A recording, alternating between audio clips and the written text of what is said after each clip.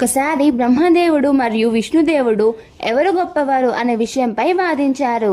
ఆ సమయంలో వారి మధ్య అంతం కనిపించని ఒక అగ్నిజ్యోతి స్తంభం ప్రత్యక్షమైంది. ఆ స్తంభానికి ఆది అంతం ఏదీ కనిపించలేదు.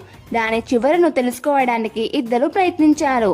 విష్ణువు వారాహ రూపంలో కిందికి వెళ్లి అడుగు వెతికినా కనుగొనలేక తిరిగి వచ్చి నిజం చెప్పాడు.